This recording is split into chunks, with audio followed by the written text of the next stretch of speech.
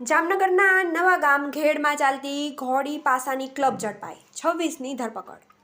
રહેણાંક મકાનની મિની ક્લબમાં જુગારીઓ માટે શરાબના પાઉચ આપતા હતા.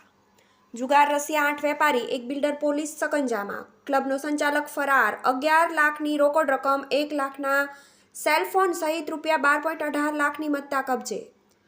જામનગરમાં નવા ગામ ઘેડ વિસ્તારમાં એક રહેણાંક મકાનમાં ચાલતી ઘોડી પાસાની ક્લબ પર આજે સિટી બી ડિવિઝન પોલીસે દરોડો પાડ્યો હતો અને દરોડા દરમિયાન ઘોડી પાસાનો જુગાર રમી રહેલા 26 શખ્સોની અટકાયત કરી લેવામાં આવી છે, જ્યારે ક્લબના સંચાલક મકાન માલિકની ફરારી જાહેર કરાયો છે.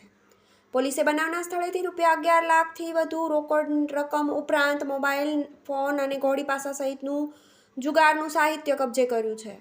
જામનગરના સિટી બી ડિવિઝનના પોલીસ સ્ટાફને ચોક્કસ બાતમી મળી હતી કે જામનગરના નવા ગામ ઘેડ વિસ્તારમાં આરોપી રમેશ ઉર્ફે પ્રમુખ વાઘેલાના મકાનમાં આસપાસના વિસ્તારના કેટલાક જુગારિયા તત્વો એકત્ર થઈને ઘોડી પાસા વડે જુગાર રમી રહ્યા છે તેવી બાતમીના આધારે દરોડો પાડ્યો હતો. આ જુગાર દરોડા દરમિયાન 8 વેપારીઓ અને એક બિલ્ડર પણ ઘોડી પાસા જુગાર રમતા ઝડપાયો છે.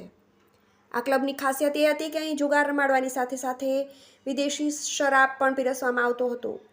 સંચાલક દ્વારા 273 જેટલા ઇંગ્લિશ દારૂના પાઉચ તૈયાર રાખવામાં આવ્યા હતા.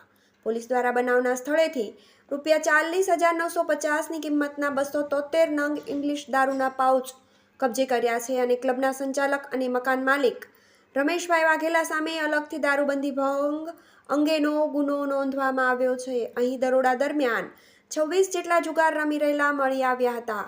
દરોડા સમયે મકાન માલિક રમેશ ઉર્ફે પ્રમુખ મૂળજીભાઈ વાઘેલા હોવાથી તેને ફરારી જાહેર કરાયો છે, જ્યારે પોલીસે બનાવના સ્થળેથી રોકડા ₹11,28,060 તથા ઘોડી પાસા નંગ 2 તથા મોબાઈલ નંગ 9 કિંમત ₹90,000 વગેરે મળી કુલ કિંમત ₹12,18,060ની માલમત્તા કબજે કરી છે. TV18 news, Jamnagar.